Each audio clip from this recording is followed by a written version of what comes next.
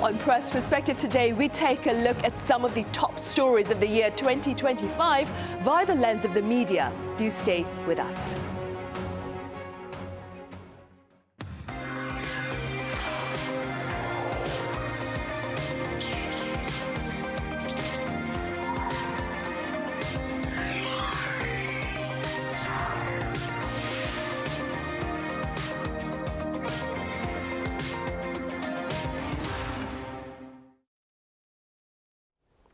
Hello and welcome to Press Perspective for this Friday, December 12th here in Seoul. I'm Min Sunhee. A picture, many say, is worth 1,000 words. And with these words of wisdom in mind, we take a look at some of the remarkable news photos for this year.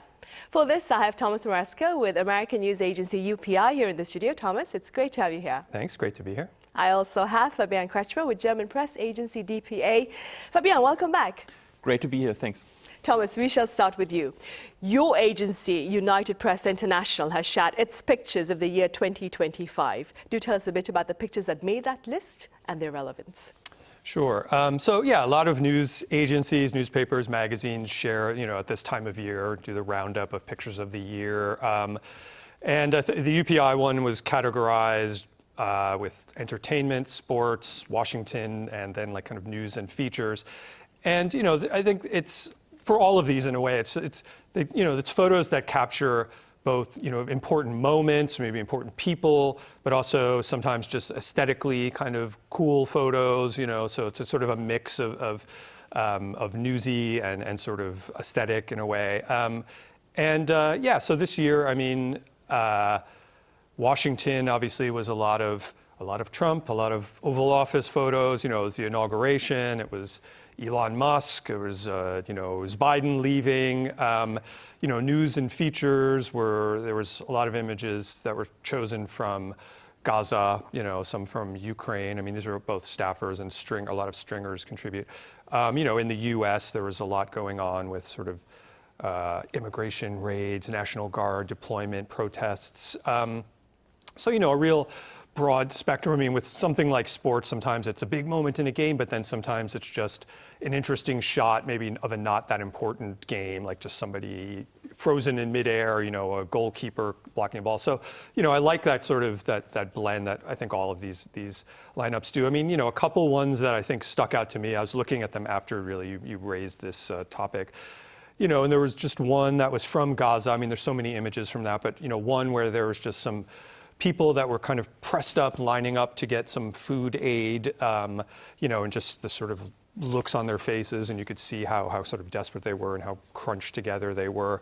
And then there was another image of a child that was leaving flowers outside a memorial at a mass shooting that was in Minneapolis in August, and just something about the composition and the capturing of that. And, I think that's, to me, those sorts of photos really exemplify the power of photojournalism in general. It's often capturing, people in these moments that, it's sort of a special place, I think, in this entire news gathering ecosystem that photos really have, even versus kind of all the video and content and streaming clips we see. Somehow a photo can just, in its composition and its like frozen moment, just somehow, can capture emotion in such a direct way, and also can linger for so long when you think about, famous photos from history, like Napalm Girl in Vietnam, the Tank Man in Tiananmen Square, the falling man in 9/11 Twin Towers. So somehow we remember those, and, somehow they affect us in a way that is kind of unique to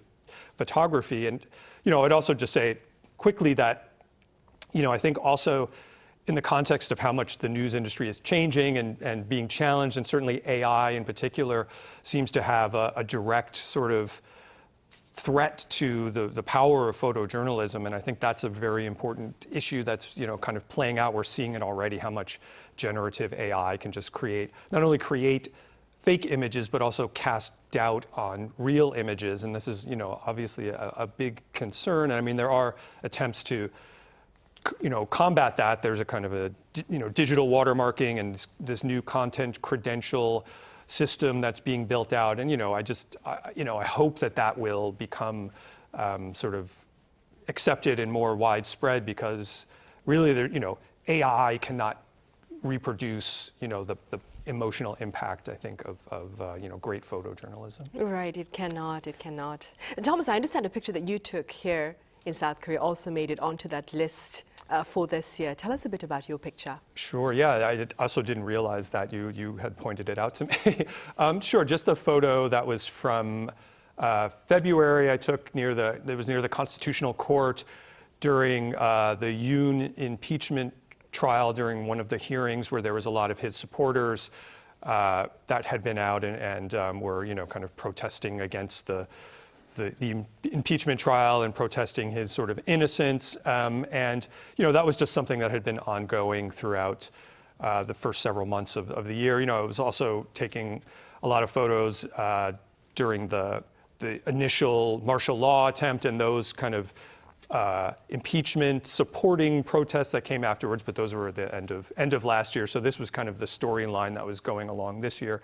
Yeah, and it was just, I think this particular image was just one of dozens or hundreds, but kind of captured something of, I guess, the energy of it. And, there was, to follow on to the point I was making before, too, I feel like this whole event, the sequence of events, these protests, these pro-Yoon protests, kind of did tip over into a little bit of how we're seeing this change in the news media atmosphere, where there was a lot of live streamers covering it, a lot of YouTubers, and there was a lot of kind of disinformation and misinformation floating around, and a lot of doubt that was being cast almost, aggressively so sometimes on the sort of so-called traditional or credentialed media that was covering it. And so I felt like, in a way it was, this was a sort of encapsulated some of the challenges that our whole industry is facing. Right, indeed. And speaking about the protests here in South Korea, Fabian, earlier this month, that is on December 3rd, the AP posted a picture of a public rally in front of the National Assembly as one of its top pictures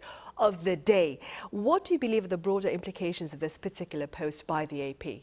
Yeah, I found this picture quite interesting, and also the selection of this picture. Just 1 year before Yoon Suk-yeol declared martial law, so this was basically the demonstration for the 1-year anniversary of the martial law crisis in front of the National Assembly in Yeouido. If you look closer at this picture, you see people demonstrating, but rather in a festive atmosphere. They are holding light sticks. That is actually an accessoire that I usually knew from K-pop concerts, but then they resurfaced during the protest movement against martial law, basically also a symbol of light, a symbol of restoring democracy. And, the broader implications are that first, it shows that civic engagement is a positive thing. It's something meaningful. It also served a purpose, namely, in Korea, this story was very big, the 1-year anniversary, but in many parts of the world, they didn't know that, what exactly happened 1 year before, so it brought attention to an important topic. And I think what Thomas also mentioned, we have a lot of crisis going on, and I think this is one news story that actually has a positive outcome. It's kind of a positive spirit that it symbolizes. And the whole martial law crisis, we had many iconic pictures, like army helicopters flying over the Hangang and then landing on the compound of the National Assembly. We had the soldiers storming in. We had the angry demonstrators. But this was actually the positive side, that actually demonstrating can be fun. You combine it with music, with those light sticks, with collective optimism, so to speak. Right. Fabio, you wrote an article for the German media to mark the 1-year anniversary of South Korea's short-lived martial law. And in that particular article, you underscored the persistent public polarization here in the country. What have been your observations on the ground over the past year? Yeah, that is my take, and of course it's open for debate whether you share my opinion or not, but I was kind of, I wanted to provide a snapshot on where South Korea and the population, the society stands 1 year after the martial law crisis. And I would say it's quite an ambivalent, ambiguous picture, because on the one hand you have negativity to some degree. You have young people who are struggling on the job market. You have people complaining about rising housing costs, living costs. You have a very deepening polarization that has not really improved much, even though that now we have a stable government, we have a vision for the future. But among genders, there's tensions. Among the rich and the poor, there's tension. Among the old and the young generation. So I was wondering, why is there actually such a deep polarization? And I would say one answer lies in the past. Just for example, when you look at my or like each individual's family history, some traumas, they get repeated over generations and generations. And when you look at South Korea's history, it is quite tumultuous. You had the Japanese colonization, you had the Korean War, which was very violent, bloody. You had the separation of the country. Then you had the military governments, the fight for democracy. So actually there were all those transformations, and I think those lead to some of the deep polarizations in South Korea right now are a result of this very troublesome history. So, and I think that's quite important to understand that those wounds don't heal overnight.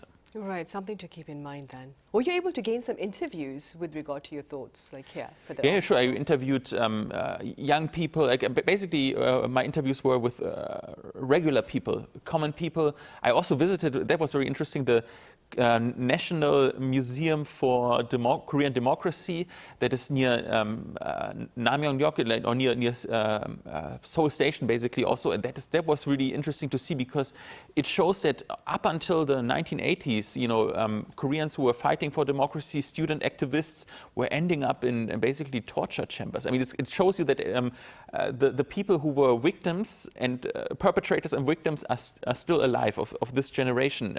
That reminded me also of my own country with East-West division, and we also had those kind of facilities where people were investigated for bringing up critical ideas, like in the east of Germany, for example. But I mean, it's history cannot be compared, but it reminded me also, I saw some parallels also to my own country. Right.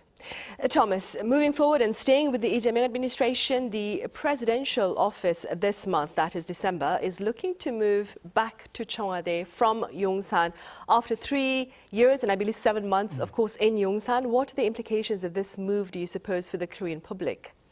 Right. Well, this, kind of carries on the discussion and what Fabian was talking about. I think a bit of, there's just a lot of symbolic weight to it, I think, first and foremost. I mean, I think there's a practical side to it as well, but I think, for, Lee Jae-myung, it's the, just a break and a rejection of the, the previous Yoon Suk-yeol administration, and just in the early months of his presidency, I mean, he's very clearly kind of positioned himself in just complete opposition and kind of framing this era as this triumph of democracy, and a repudiation of the attempt to sort of usurp the democracy by imposing martial law. So, I mean, it's and I think it also kind of is a symbol of restoring kind of continuity and stability to this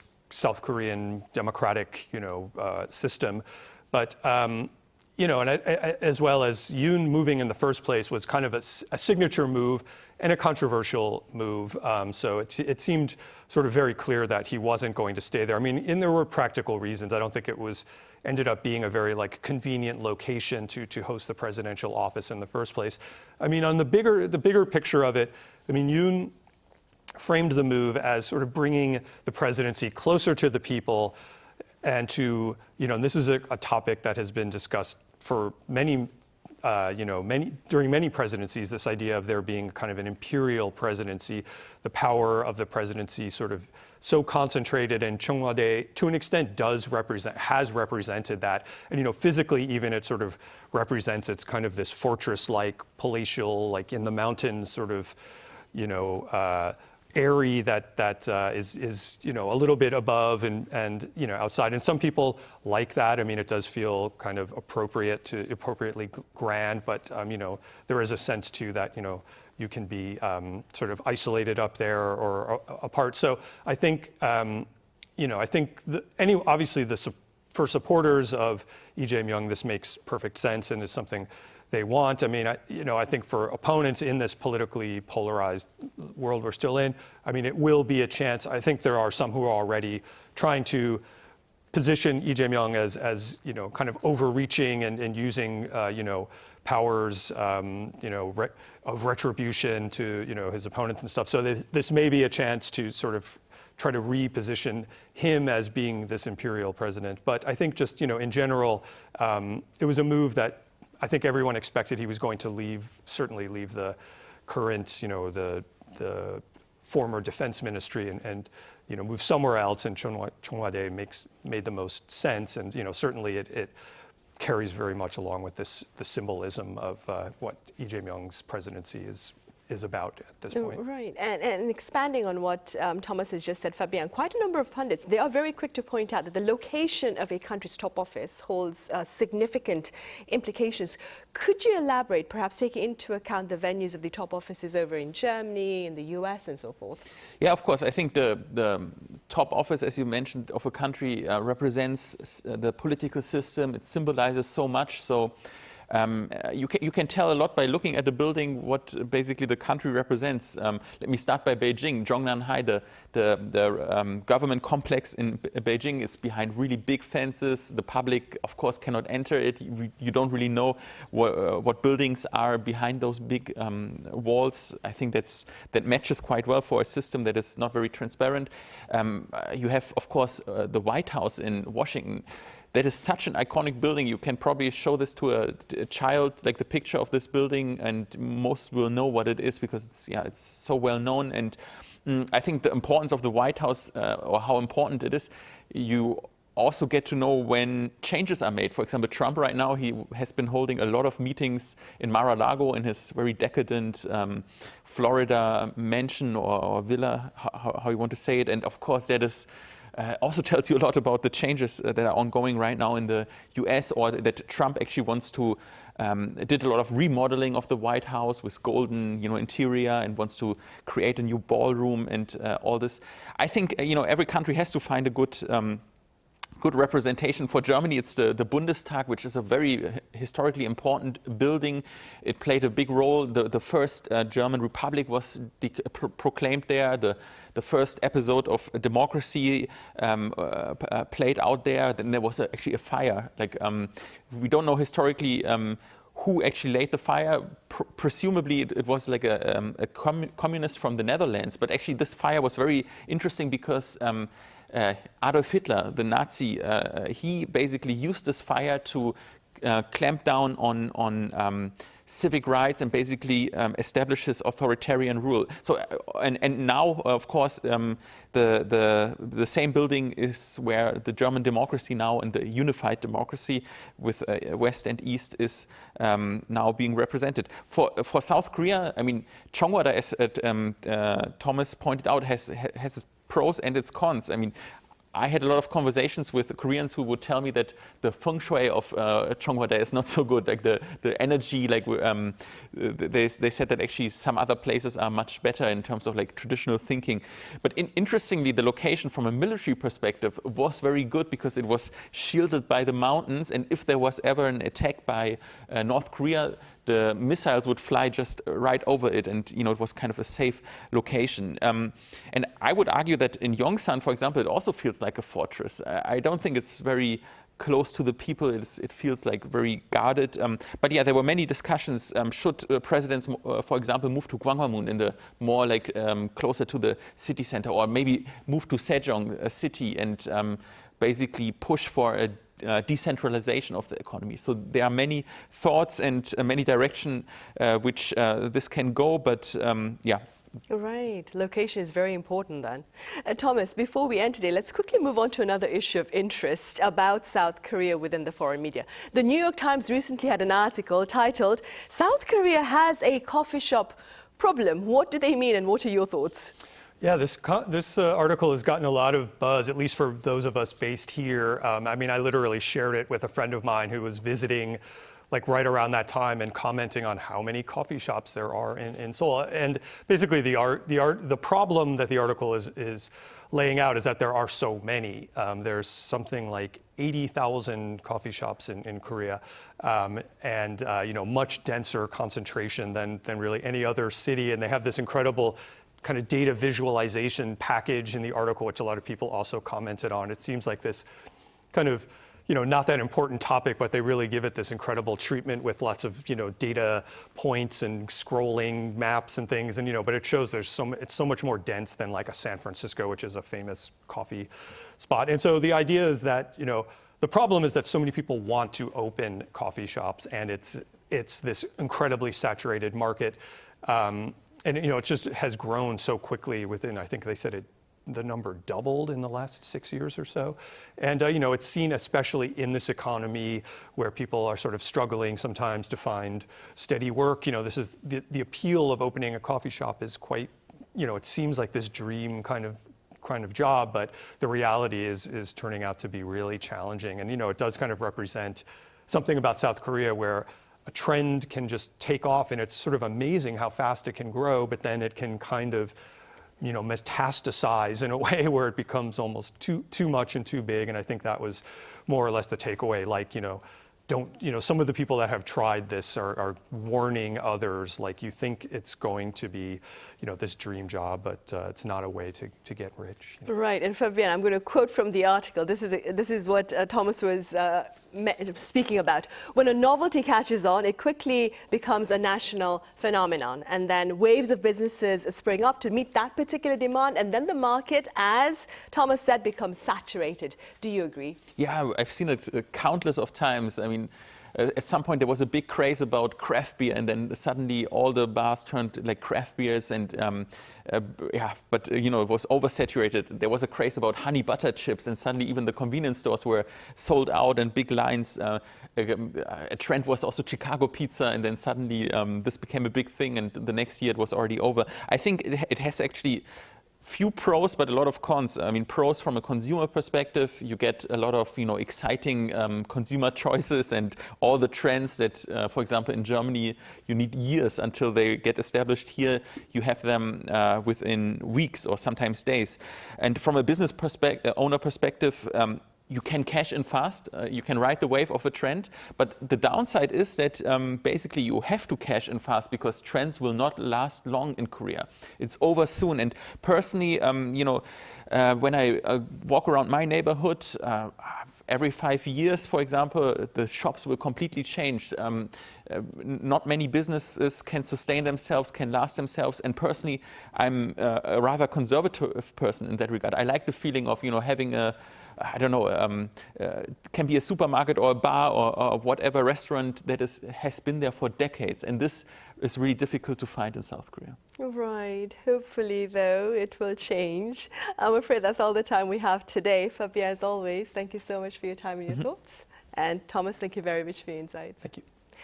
Right, well, that ends this week's editions of Press Perspective. Thank you for watching. Have a great weekend, and see you same time next Monday for our panel session on South Korea's efforts to further expand its defense industry into foreign markets.